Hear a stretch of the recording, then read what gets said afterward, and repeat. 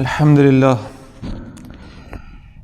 لله نحمده ونستعينه ونستغفره ونؤمن به ونتوكل عليه ونعوذ بالله من شرور أنفسنا ومن سيئات أعمالنا من يهده الله فلا مضل له ومن يضلله فلا هادي له ونشهد أن لا إله إلا الله وحده لا شريك له ونشهد أن سيدنا محمدًا عبده ورسوله فإن خير الحديث كتاب الله وخير الهدي هدي محمد صلى الله عليه وسلم وشر الأمور محدثاتها وكل محدثة بدعة وكل بدعة ضلالة وكل ضلالة في النار أو كما قال صلى الله تعالى عليه وسلم. أما بعد فقد قال الله تبارك وتعالى كما ورد في سورة النور: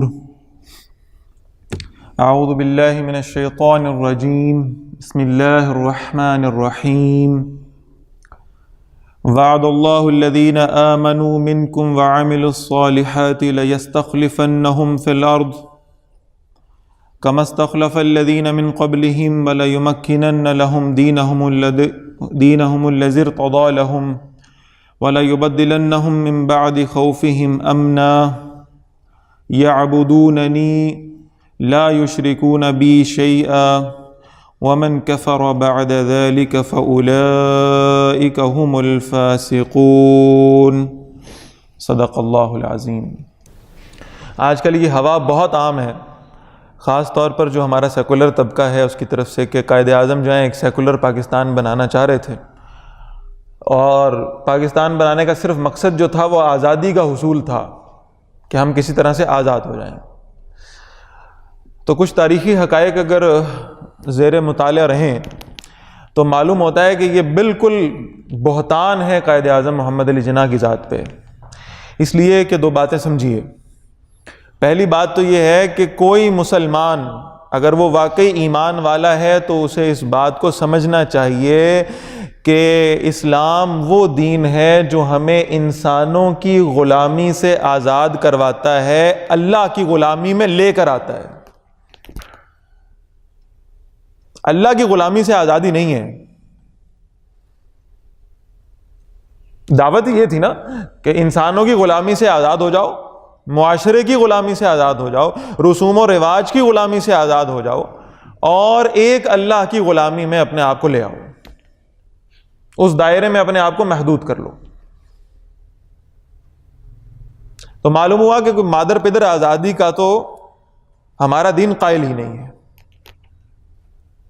دوسری بات آپ یہ سمجھیں کہ بہت بڑا الزام یہ سیکولر طبقے کی طرف سے لگایا جاتا ہے کہ قیام پاکستان کے حوالے سے علماء نے ایک مخالفانہ طرز عمل اختیار کیا تھا. عام دیندار آدمی سے بھی اگر آپ پوچھیں گے تو وہ ڈرتا ذرا شرمندہ سے انداز میں آپ کو یہی بتائے گا کہ اس وقت علماء نے بڑی مخالفت کی تھی پاکستان کے بننے کی. حالانکہ یہ بھی ایک انتہائی غلط بات. علماء کا ایک محدود طبقہ تھا جس کی طرف سے یہ رائے آئی تھی، اور اس رائے کے آنے کی بھی بڑی وجہ تھی. ہم اصل میں علماء کے ایک جملے کو کوٹ کرتے ہیں اور اس سے اپنی مرضی کے مطالب و مفاہیم نکال کر نا عوام الناس کے سامنے پیش کرنے بیٹھ جاتے ہیں.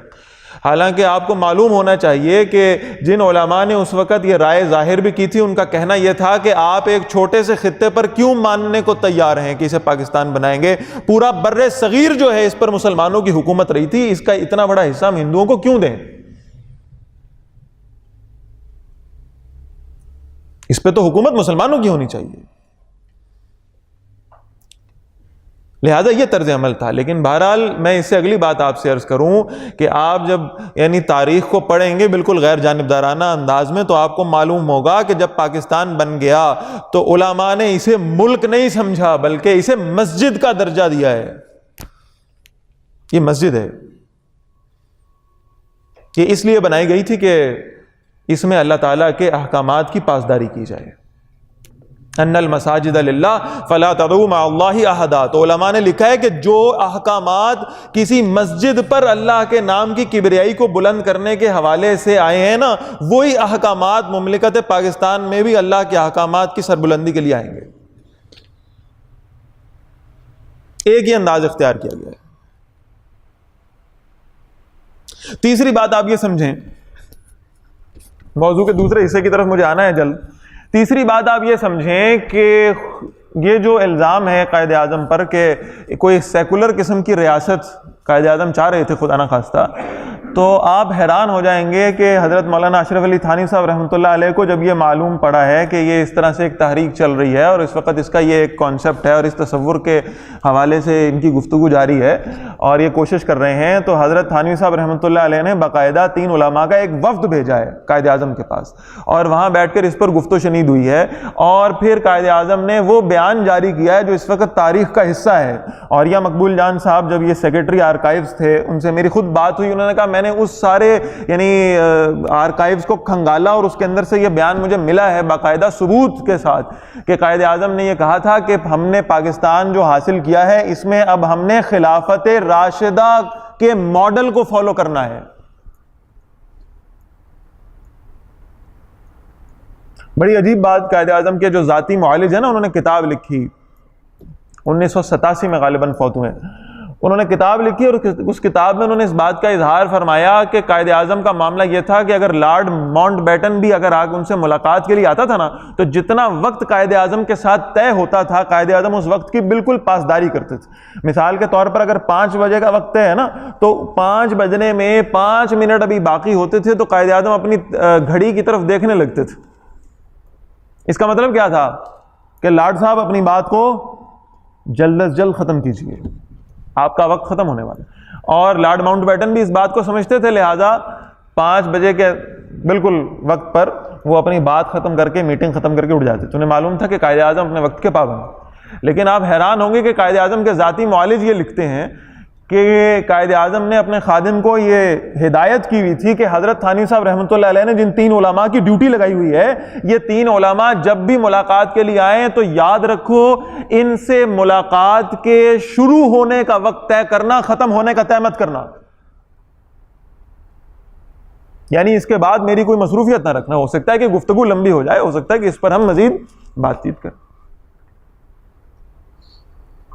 پھر وہ یہ بھی بیان کرتے ہیں اپنی کتاب میں کہ مولانا مودودی رحمہ اللہ جب قائد اعظم سے ملاقات کے لیے گئے ہیں تو اس وقت یہ ساری بات ہوئی اور مولانا مودودی رحمہ اللہ نے قائد اعظم کے سامنے یہ بات پیش کی کہ ہمیں جو ہے نا وہ ہم اس اعتبار سے کام کرنا چاہ رہے ہیں اور یہ ہماری سوچ اور ہمارا نظریہ۔ قائد اعظم نے ان کی ساری بات سنی اور کہا اللہ تعالیٰ نے آپ کو اس کام کے لیے چنا ہے کہ آپ یہاں دین کو نافذ کریں، لہٰذا آپ اس میں اپنی جدوجہد کرتے رہیں، اور مجھے یہ محسوس ہوتا ہے کہ اللہ تعالیٰ نے مجھے اس کام پر لگایا ہے کہ میں مسلمانوں کو ایک الگ خطہ زمین لے کر دوں، تو جو میرا کام ہے وہ میں کرتا رہوں گا، جو آپ کا کام ہے وہ آپ کرتے رہیں، ہم دونوں ایک دوسرے کے کام میں ایک دوسرے کی معاونت بھی کرتے رہیں۔ تو مختصر میں نے عرض یہ کیا ہے کہ یہ جو باتیں چل رہی ہیں اور آج کل آپ یہ بہت زیادہ یہ ہوا سن رہے ہوں گے، دیکھ رہے ہوں گے کہ قائد اعظم کوئی خدا نخواستہ سیکولر قسم کا پاکستان چاہتے تھے، تو پہلی بات میں نے عرض یہ کر دی ہے کہ یہ دعویٰ بالکل غلط ہے اور قائد اعظم کے اوپر یہ ایک بہت بڑی تہمت ہے کہ وہ کسی سیکولر اور آزاد خیال اور روشن خیال قسم کے پاکستان کی بنیاد رکھ رہے تھے، ایسا نہیں۔ اب دوسری بات کی طرف آئیں، جو میں نے عرض کیا کہ قائد اعظم کے وہ بیانات ریکارڈ پر موجود ہیں کہ ان کا کہنا یہ تھا کہ ہم ایسی مملکت چاہتے ہیں جہاں خلافت راشدہ کا نظام نافذ ہو۔ تو بہرحال ایک تلخ بات یہ ہے کہ قائد اعظم رحمہ اللہ ہمارے لیے بڑے قابل احترام ہیں، لیکن اس سے اگلی بات یہ عرض کر رہا ہوں کہ قائد اعظم کی رائے اپنی جگہ پر درست تھی، ہمارے نزدیک تو یہ اللہ تعالیٰ کا دیا ہوا نظام ہے، نظام خلافت اللہ کا دیا ہوا نظام ہے، محمد الرسول اللہ صلی اللہ علیہ وسلم کا دیا ہوا نظام، لہذا اس سے بہتر اور کوئی نظام ہو نہیں سکتا۔ تو سورۃ النور کی آیت نمبر 55 میں نے آپ کے سامنے پڑھی ہے، فرمایا گیا وعد اللہ الذین آمنوا منکم وعملوا الصالحات، اللہ نے وعدہ کر لیا ہے تم سے ان لوگوں سے جو ایمان لائے، وعملوا الصالحات اور نیک عمل کیے ہیں انہوں نے، ان سے اللہ کا وعدہ ہے۔ کس شے کا وعدہ ہے؟ لا یستخلفنہم فی الارض، ہم انہیں لازماً اپنی خلافت نصیب فرمائیں گے، ہم انہیں اپنی خلافت عطا کر دیں۔ بہت اہم نقطہ ہے، اس موقع پر میں عرض کرنا چاہ رہا ہوں کہ بالکل آپ اس کو جو ہے نا وہ توجہ سے سنیں اور اس کو سمجھیں۔ حضرت شاہ ولی اللہ رحمہ اللہ کا نام آپ سب لوگوں کے لیے واقف ہے، آپ سب جانتے ہیں۔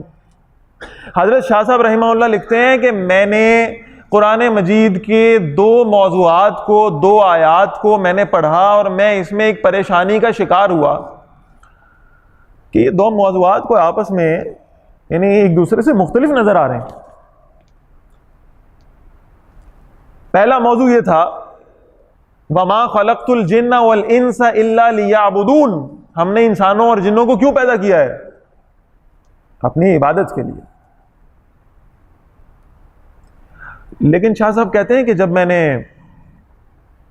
قرآن مجید ہی کے دوسرے مقام کا مطالعہ کیا تو مجھے معلوم ہوا کہ اللہ تعالیٰ نے انسانوں کو پیدا کرنے کا جو مقصد بتایا ہے فرشتوں کو، وہ کیا مقصد ہے؟ انی جاعل فی الارض خلیفہ، میں زمین پر اپنا خلیفہ بھیج رہا ہوں۔ شاہ صاحب کہتے ہیں میں پریشان ہوا کہ ایک طرف اللہ تعالیٰ فرما رہے ہیں میں نے تو عبادت کے لیے بھیجا، دوسری طرف اللہ تعالیٰ فرشتوں کو انٹروڈکشن یہ دے رہے ہیں انسان کا کہ میں نے اسے اپنی خلافت کے لیے بھیجا۔ کہتے ہیں پھر مجھے معلوم ہوا کہ اکابر کا معاملہ یہ تھا کہ جہاں 2 چیزیں مختلف نظر آتی تھیں، دونوں کے اندر کوئی تطبیق پیدا کرنے کی کوشش کی جاتی تھی، دونوں کو جوڑنے کی کوشش کی جاتی تھی کہ بہرحال دونوں ایک دوسرے کی مخالف نہیں ہو سکتی۔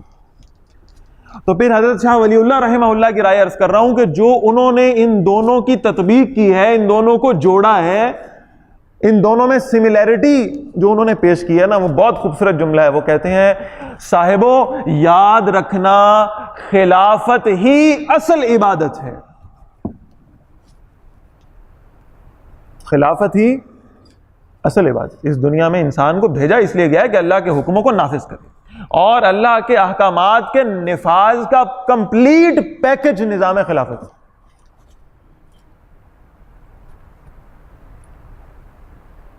تو سورہ نور آیت نمبر 55، اللہ تعالیٰ نے وعدہ کر لیا کہ ایمان لاؤ گے، عمل صالح کرو گے تو ہم وعدہ کرتے ہیں کہ ہم تمہیں زمین میں خلافت نصیب فرما دیں گے۔ کما استخلف الذین من قبلہم، بہت خوبصورت جملہ ہے، اگر صرف اس کی یعنی تشریح پہ لگ جائے نا تو شاید گھنٹوں نہ کافی ہوں۔ ایسی خلافت عطا کریں گے جیسی خلافت ہم نے ان سے پہلے والوں کو عطا کی تھی۔ اس بات پر سب ایمان رکھتے ہیں نا کہ قرآن مجید اللہ تعالیٰ کا کلام ہے اور یہ زندہ کلام ہے، تو یہ وعدہ اللہ تعالیٰ کا آج بھی اپنی جگہ پر ہے کہ جو لوگ تم میں سے ایمان لائیں گے، اعمال صالحہ کریں گے، اللہ تعالیٰ ان کو وہ خلافت نصیب فرمائیں گے جیسے ان سے پہلے لوگوں کو کی تھی۔ اور یاد رکھیے گا کہ ہم سے جو پہلے لوگ تھے امت مسلمہ میں جنہیں اللہ تعالیٰ نے یہ خلافت نصیب فرمائی تھی، انہیں ہم خلافت راشدہ کے نام سے یاد کرتے ہیں۔ اب میں آ رہا ہوں دوسرے موضوع کی طرف، آج کے گفتگو کے دوسرے حصے کی۔ جب آپ خلافت راشدہ کے لفظ کو اپنے ذہن میں لائیں نا تو وہ نظام کیسا تھا اس کی چند جھلکیاں آپ کے سامنے موجود ہونی چاہیے، اس لیے کہ یہ ذہن میں رکھیے گا کہ ہمیں دھوکہ دے کر نظام باطل پہ حلف لینے والے حکمران ہمیشہ اپنے آپ کو خلافت راشدہ سے ہی تشبیہ دیں گے، کبھی وہ مانیں گے کہ ہم باطل نظام کو لے کے چل رہے ہیں؟ تو ذرا اس کی کچھ جھلکیاں آپ کے سامنے ہوں تاکہ آپ کو معلوم ہوتا رہے کہ خلافت راشدہ کا نظام کیا تھا۔ پھر آخر میں ایک سوال بھی آپ حضرات کے سامنے گوش گزار کرنا، ذرا چند جھلکیاں دیکھیں۔ نبی اکرم صلی اللہ علیہ وسلم کے بعد جب اس خلافت راشدہ کا آغاز ہوا تو پہلے خلیفہ تھے سیدنا ابو بکر صدیق رضی اللہ تعالی عنہ۔ ہم جمعے میں خطبے میں بار بار یہ الفاظ دہراتے ہیں اور مجھے یقین ہے کہ آپ لوگوں کو اس کا علم بھی ہوگا۔ افضل الناس بعد الانبیاء بالتحقیق سیدنا ابی بکر صدیق رضی اللہ تعالی عنہ، نبیوں کے بعد کائنات کے افضل ترین انسان کو یہ منصب خلافت دیا گیا ہے۔ اور اس کے برعکس دیکھ لیجئے کہ ہمارے ہاں کیا ہو رہا ہے۔ نبی اکرم صلی اللہ علیہ وسلم کی حدیث ہے کہ آپ صلی اللہ علیہ وسلم نے فرمایا جب فتنوں کا دور ہونا ہوگا تو یاد رکھنا قوم کے جو ذلیل ترین لوگ ہیں وہ ان کے حکمران بنا دیے جائیں گے، اور لوگ ان کی عزت کریں گے ان کے خوف کی وجہ سے، ان کے شر کی وجہ سے ان کی عزت کی جائے گی. کہ اگر ہم نے یہ حدیث کے الفاظ سنا، اگر ہم نے ان کی عزت نہ کی، کتاب الفتن میں یہ حدیث بارہا ملے گی آپ کو، اگر ہم نے ان کی عزت نہ کی تو ان کے شر سے ہمیں نقصان پہنچنے کا اندیشہ ہے. ایسے حکمران بن جائیں گے.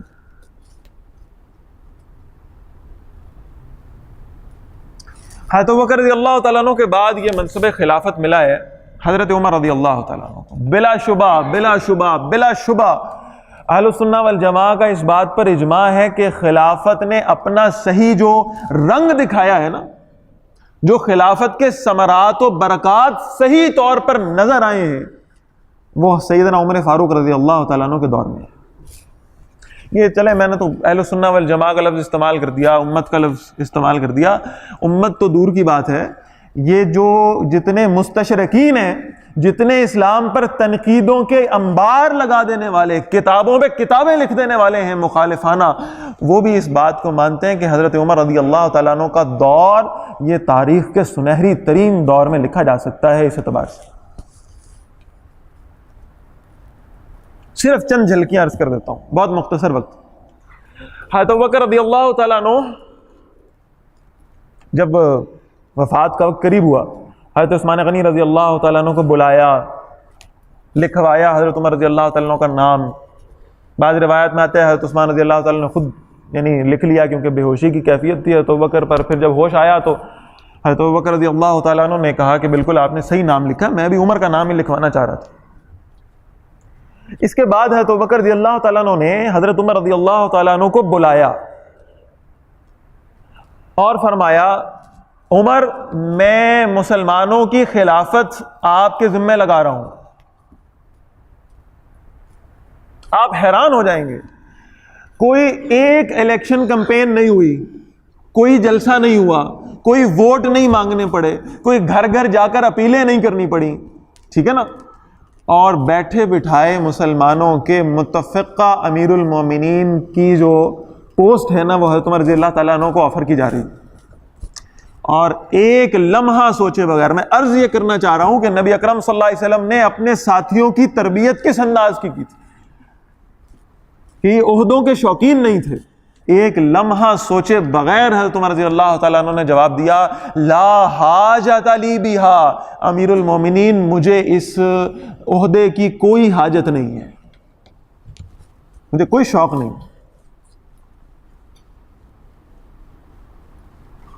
اور پھر ظاہر ہے کہ حضرت ابوبکر رضی اللہ تعالیٰ عنہ تو پھر حضرت ابوبکر تھے، انہوں نے فوراً میرا خیال یہ ہے کہ ان کے ذہن میں ہوگا کہ جواب ایسا ہی آئے گا. کون وہاں عہدوں کا شوقین تھا؟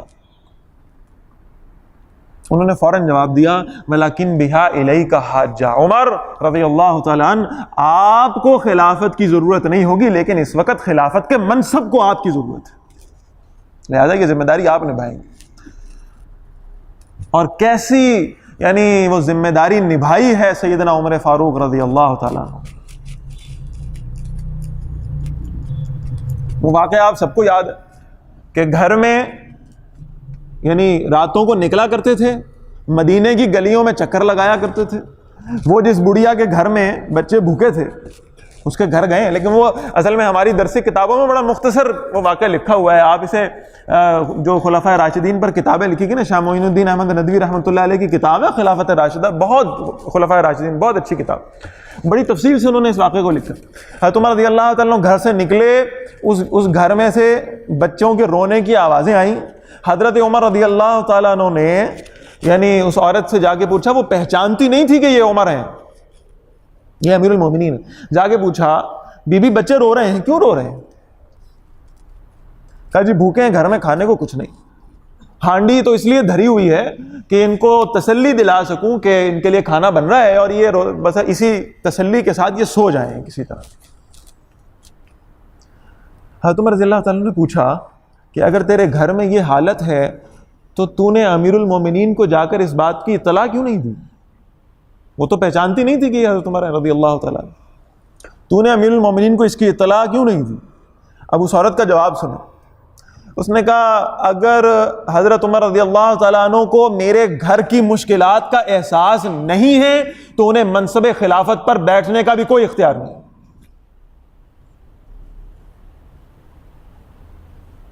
کبھی سوچیں بڑی معذرت کے ساتھ، میرے محلے کے ناظم کو، یونین کونسل کے سیکرٹری کو میرے گھر کی مشکلیں پتہ ہیں،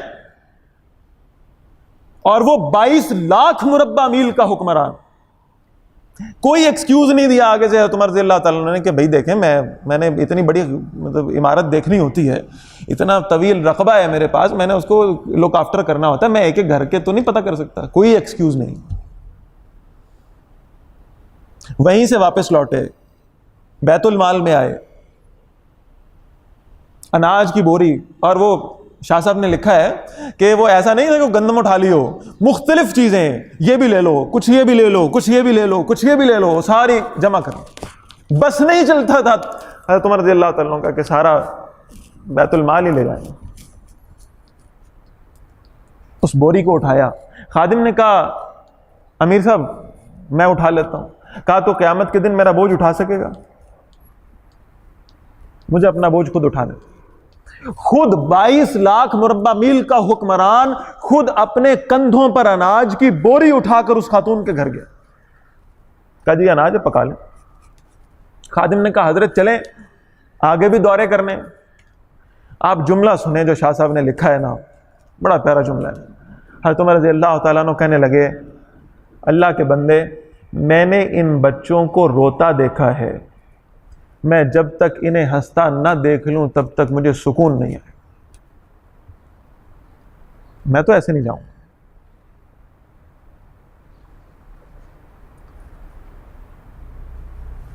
کھانا بنایا، کھلایا۔ حضرت عمر رضی اللہ تعالیٰ نے اس عورت سے پوچھا بھئی وہ اب خوش ہے؟ انہوں نے کہا کاش عمر کی جگہ آپ مسلمانوں کے امیر ہوتے، آپ بوری اٹھا کر لائے ہیں، کاش آپ مسلمانوں کے امیر ہوتے، عمر سے تو میں قیامت والے دن پوچھوں۔ فوراً خوش ہو کر کوئی میرے جیسا ہوتا تو کہتا میں ہی تو ہوں عمر، میں ہی تو ہوں آپ کا خادم۔ کہ نہیں، صبح عمر کے پاس آ جانا، تم مجھے وہیں پاؤ گی۔ وہ خاتون صبح حاضر ہوئی، اس نے دیکھا کہ امیر المومنین حضرت عمر رضی اللہ تعالیٰ عنہ وہی آج شخص ہیں جنہوں نے رات کو اناج کی بوری پہنچائی۔ وہ پریشان ہو گئی، لیا شاید مجھے آج سزا ملے گی۔ آپ حیران ہوں گے شاہ صاحب کے الفاظ پر جو انہوں نے نقشہ کھینچ دیا ہے۔ اللہ اکبر۔ حضرت عمر رضی اللہ تعالیٰ عنہ نے اس عورت کے سامنے ہاتھ جوڑے، کہا میں تجھ سے معافی مانگتا ہوں، مجھ سے میرا سب کچھ لے لے، پر رات جو تو نے کہا ہے نا تو قیامت والے دن مجھ سے سوال کرے گی، وہ سوال مجھے معاف کر دے۔ وہ قیامت والے دن اگر تو نے میرا گریبان پکڑ لیا میں تجھے جواب نہیں دے پاؤں۔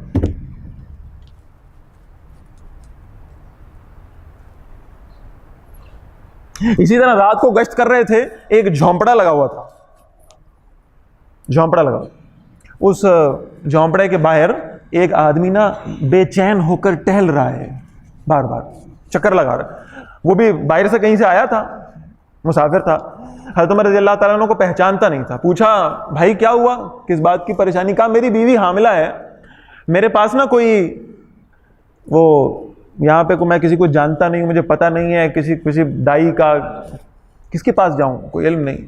حضرت عمر رضی اللہ تعالیٰ نے کہا بھئی یہیں رک، میں بھی آیا۔ سیدھے اپنے گھر گئے، اپنی بیوی کو، جسے کہتے ہیں نا خاتون اول، خلیفۃ المسلمین کی بیوی، اس کو سوتی ہوئی کو اٹھایا اور کہا اللہ کی بندی جنت کمانے کا ایک موقع آیا ہے، چلو گی؟ جی بالکل چلوں۔ اپنی بیگم کو ساتھ لیا، وہاں لے گئے۔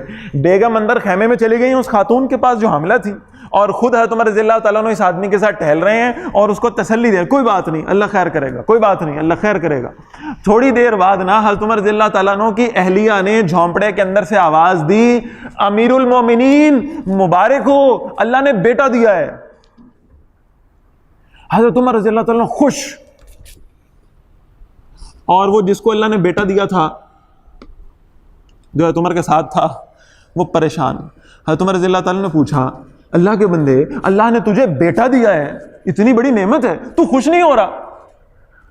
کہا جی وہ بیٹے والی خبر بعد میں آئی ہے، پہلے آپ کو امیر المومنین کہہ کے پکارا گیا، آپ عمر ابن خطاب ہیں، آپ عمر فاروق ہیں رضی اللہ تعالیٰ عنہ، جن کے بارے میں فرمایا گیا تھا میں اس کا محل جنت میں دیکھ کر آیا ہوں، جس کے بارے میں فرمایا گیا تھا میرے بعد کوئی نبی ہوتا تو عمر ہوتا، جس کے بارے میں فرمایا گیا تھا کہ یہ جہاں سے گزرتا ہے شیطان وہ راستہ چھوڑ دیتا ہے، آپ وہ عمر ہیں اور آپ کی بیوی میری بیوی کی دائی بنی ہوئی ہے۔ حضرت عمر رضی اللہ تعالی نے وہاں وہ تاریخ ساز جملہ کہا ہے، فرمایا سید القوم خادمہم، اللہ کے بندے یہ نظام وہ نظام ہے جس نظام میں قوم کا سردار ان کا خادم ہوا کرتا ہے۔ یہ تو میری ڈیوٹی ہے، میرا تم پہ کوئی احسان تھوڑی ہے، میری بیوی کا تجھ پہ کوئی احسان تھوڑی ہے، تو میری ڈیوٹی ہے، میں اپنی ڈیوٹی کرنے پہنچ گیا۔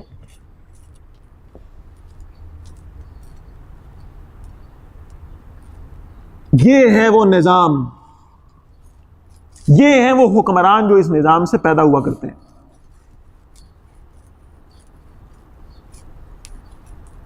معلوم ہوا کہ بیت المقدس کے باہر فوجیں پہنچ گئی ہیں، بیت المقدس کے باہر فوجیں کھڑی ہوئی ہیں، اور وہاں سے جو ان کے راہب آئے انہوں نے آ کر کہا ہے کہ آپ بیت المقدس کو فتح نہیں کر سکتے، اس لیے نہیں کر سکتے کہ ہماری کتابوں میں اس شخص کی نشانیاں لکھی ہوئی ہیں جس کو اللہ تعالیٰ نے فاتح بنانا ہے، ہم نے آپ کے پورے لشکر کو دیکھا ہے، آپ میں کوئی ایک آدمی بھی ان نشانیوں پہ پورا نہیں اتر رہا، لہذا خون خرابہ کرنا ہے کر لیں، فتح نہیں کر پائیں۔ سپہ سالار نے خط لکھا، امیر المومنین کیا کریں؟ حضرت عمر رضی اللہ تعالیٰ نے کہا میں خود حاضر ہوتا ہوں، پھر دیکھتا ہوں کیا معاملہ۔ حضرت عمر رضی اللہ تعالیٰ عنہ مدینہ سے چلے، ایک اونٹ ایک خادم ساتھ۔ کسی نے کہا حضرت جی 2 لوگ جا رہے ہیں، 2 اونٹ تو لے جائیں، 2 لوگ ہیں کم از کم 2 اونٹ تو لے جائیں۔ کہا یہ مسلمانوں کا مال ہے، جب ایک اونٹ پر باری باری میں اور میرا خادم سفر کر سکتے ہیں تو میں مسلمانوں کے اونٹ میں سے مسلمانوں کے مال میں سے دوسرا اونٹ لینا اپنے لیے جائز نہیں سمجھتا۔ ایک اونٹ پر سواری، منزل بدلتی، خادم اونٹ پہ آ جاتا، امیر المومنین اس کے اونٹ کی نکیل پکڑ کے چلنے لگے۔ پہنچ گئے، اپنے لشکر والوں سے ملاقات ہوئی، مجاہدین سے، انہوں نے کہا حضرت ہم نے آپ کے لیے ایک لباس بنایا بڑا زبردست قسم کا جو آپ کے شایان شان ہے، یہ پہن لیں۔ حضرت عمر رضی اللہ تعالی نے فرمایا اللہ نے عمر کو عزت لباس سے نہیں دی، اسلام سے دی ہے۔ میری عزت اسلام ہے، میری عزت یہ نہیں ہے کہ میں فلاں برانڈ کے کپڑے پہن کر لوگوں کے سامنے دکھاتا پھروں، میری عزت اللہ کے دین سے۔ پہنچ گئے، مختصر عرض کر رہا ہوں، پہنچ گئے اس فصیل کے پاس، قلعے کے پاس۔ اب جب قریب پہنچے تو منزل پوری ہو گئی۔ حضرت عمر رضی اللہ تعالیٰ نے اپنے خادم کو حکم دیا چل بھائی تیری باری، اونٹ پہ بیٹھ۔ اس نے کہا امیر صاحب اتنی ہائی پروفائل میٹنگ کے لیے آپ جا رہے ہیں، اچھا نہیں لگے گا، میں اپنی باری آپ کو معاف کرتا ہوں۔ کہا تو نے مجھے معاف کر دیا، اللہ نے مجھے تیرا حق معاف نہ کیا تو میں کیا کروں؟ اپنی باری لے، اپنی باری لے۔ حضرت عمر رضی اللہ تعالیٰ عنہ نے اس کو اونٹ پہ بٹھایا، ادھر سے ان کے راہب نکل کے آ گئے، انہوں نے اونٹ پہ بیٹھے ہوئے شخص کو دیکھا اور کہا آپ مسلمانوں کے امیر ہیں، آپ میں بھی کوئی نشانی نہیں پوری ہو رہی۔ وہ خادم اتنا شرمندہ ہوا، اس نے اپنا سر جھکایا، اس نے کہا اللہ کے بندو میں مسلمانوں کا امیر نہیں ہوں، میں تو خادم ہوں، امیر المومنین تو وہ ہیں جو میری اونٹ کی رسی پکڑ کے چل رہے ہیں۔ انہوں نے کہا ایک شرط پوری ہو گئی، ہماری کتابوں میں لکھا تھا کہ وہ جو فاتح ہوگا اپنے خادم کی اونٹنی کی رسی پکڑ کر چلنے والا ہوگا۔ ایک نشانی پوری، دوسری پوری نہیں ہوتی۔ حضرت عمر رضی اللہ تعالیٰ نے پوچھا دوسری نشانی ہے کیا؟ چلو یہ بتا دو، ہو سکتا ہے میں اس قابل نہ ہوں، ہو سکتا ہے میرے اللہ تعالیٰ نے میرے لیے سعادت نہ لکھی ہو کہ میں بیت المقدس کو فتح کر سکوں، لیکن بتا دو دوسری نشانی کیا تھی۔ کہا ہم نے دیکھا ہے، ہم نے لکھا ہوا پڑھا ہے، جس شخص کو اللہ تعالیٰ نے فاتح بنانا ہے نا بیت المقدس کا، اس کی نشانی یہ ہے کہ اس کے لباس پر 17 پیوند لگے ہوئے ہیں۔ ہم نے آپ کا لباس دیکھا ہے، ایک پیوند کم ہے۔ حضرت عمر رضی اللہ تعالیٰ عنہ کی آنکھوں میں آنسو آئے، روتے ہوئے اپنا بازو اوپر کیا، کہنے لگے ایک پیوند میری بغل میں لگا تھا، اللہ نے میرا پردہ رکھا ہوا تھا، تم لوگوں نے میرا پردہ رہنے نہیں دیا۔ 17 پیوند پورے ہوئے، ایک قطرہ خون کا نہیں بہا، بیت المقدس کی چابیاں انہوں نے حضرت عمر رضی اللہ تعالیٰ عنہ کے قدموں میں رکھ دی۔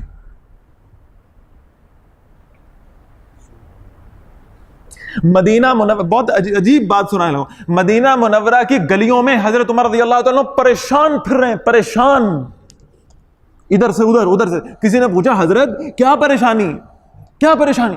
22 لاکھ مربع میل کی حکمرانی ہے، لوگ زکوٰۃ ہاتھوں میں لے کر پھر رہے ہیں، مستحق نہیں ملتا، ایسا دور ہے۔ حضرت عمر رضی اللہ تعالیٰ پریشان پھر، حضرت کیوں پریشان ہے، کیوں پریشان ہے؟ کہا مسلمانوں کے بیت المال کا ایک اونٹ اپنی رسی توڑوا کر بھاگ گیا ہے، میں اس کو ڈھونڈتا پھر رہا ہوں، اس لیے کہ اس حالت میں مجھے موت آ گئی تو اس ایک اونٹ کا اللہ مجھ سے سوال کرے گا، میں وہ اونٹ ڈھونڈتا پھر رہا ہوں۔ تمہارے پاس کچھ وقت ہے، فارغ ہو، تم بھی میرے ساتھ اس اونٹ کو ڈھونڈنے میں لگ جاؤ۔ ایک اونٹ بیت المال کا غائب ہو جائے تو سوال عمر فاروق سے ہوگا، فرات کے کنارے پر کتا پیاسا مر جائے، سوال عمر فاروق سے ہوگا۔ میں بہت سادہ جملہ بولنے لگا ہوں، آپ کے پاس اگر ایک حکمران ایسا ہے، ایک حکمران جو اس کرائیٹیریا کے 10% پر بھی پورا اترتا ہو، تو آپ اس نظام جمہوریت کو چوم کر اپنی آنکھوں سے لگائیں اور اس میں زندہ رہیں، ہمیں کوئی اعتراض نہیں۔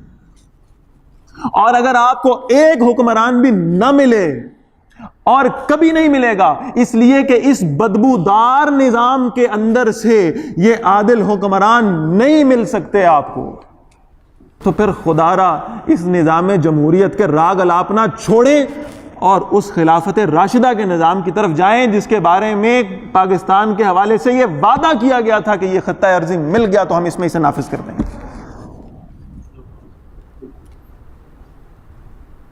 میں خود راوی ہوں اس بات کا، مفتی اعظم پاکستان مفتی رفیع عثمانی صاحب حفظہ اللہ تعالی، اللہ تعالیٰ ان کے علم میں، ان کی زندگی میں برکت عطا فرمائے، میں نے خود ان کی زبان سے یہ الفاظ سنے۔ انہوں نے کہا ہم دارالعلوم دیوبند میں پڑھا کرتے تھے اس وقت جب پاکستان کی تحریک چل رہی تھی۔ میں نے کہا نا، اب جس کا دل کرتا ہے منہ اٹھا کے ٹی وی پہ جو بولنا چاہتا ہے بول دیتا ہے، جو لکھنا چاہتا ہے لکھ دیتا ہے۔ ہماری عوام تحقیق کے مادے سے جا چکی، وہ لکھ دیتے ہیں بھائی علماء اس کے مخالف تھے اور کیا معاملہ تھا۔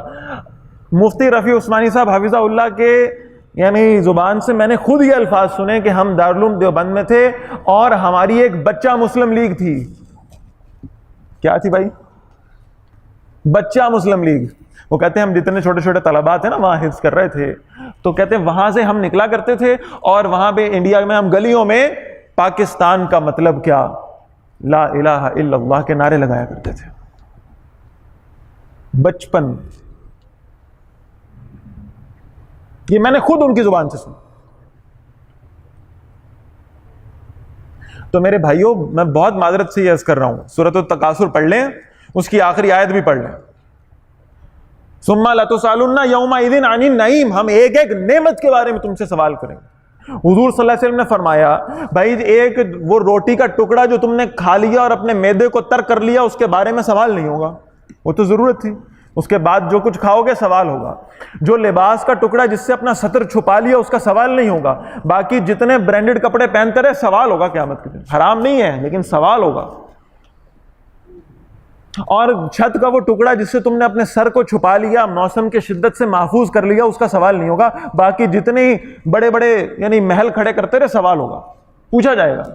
تو آپ حیران ہو جائیں گے کہ بھائی یہ اتنی اتنی چھوٹی چیزوں کا سوال ہوگا، تو اتنا بڑا ملک جو اللہ نے ہمیں عطا کیا ہے، اس کے بارے میں سوال نہیں ہوگا۔ میرا رب پوچھے گا مکے کے مسلمان نماز با جماعت ادا نہیں کر پاتے تھے اس لیے کہ انہیں خدشہ تھا قتل کر دیے جائیں گے، تمہیں کیا تکلیف تھی اپنے گھروں سے نکل کر مسجدوں میں جا کے نماز پڑھنے میں؟ تمہیں کس نے روکا تھا؟ تمہیں کلمہ پڑھنے سے کون روکتا تھا؟ تمہیں شرعی احکامات کے نفاذ سے کس نے روکا ہوا تھا؟ ہم نے تمہیں ملک اس لیے دیا تھا کہ ہر چوک میں تم سود کے اڈے کھول کر اللہ اور اس کے رسول سے جنگ مول لے لو؟ ہم نے ملک تمہیں اس لیے دیا تھا کہ تم عورت کو برہنہ کر کے اس کے پردے کو جو ہے نا وہ تار تار کر کے اسے گلیوں میں بازاروں میں نکال دو، اس کے پوسٹر اور بینر بنا کر جو ہے وہ بازاروں میں لگاؤ؟ اس لیے ملک دیا تھا ہم نے تمہیں۔ کیا یہ سوال نہیں ہوگا؟ اور اپنے آپ کو نا اس غلط فہمی سے نکال دیں کہ یہ بھائی یہ تو حکمرانوں کا معاملہ ہے، حکمرانوں سے سوال ہوگا۔ ایسا نہیں ہے۔ میں بہت معذرت کے ساتھ آخری جملہ کہہ رہا ہوں، ہاتھ جوڑ کے عرض کر رہا ہوں، اس وقت کے لیے تیار ہو جائیں جب شام میں ذبح ہونے والا بچہ آپ کا گریبان پکڑے گا اور آپ سے پوچھے گا قیامت کے دن کہ میں تو ذبح ہو رہا تھا، میرا تو خون بہ رہا تھا، میرے تو جسم کے ٹکڑے کر کے دریاؤں میں پھینکے جا رہے تھے، اور تمہیں اسلام میں چلنے میں کیا تکلیف تھی؟ تمہیں کس نے روکا تھا؟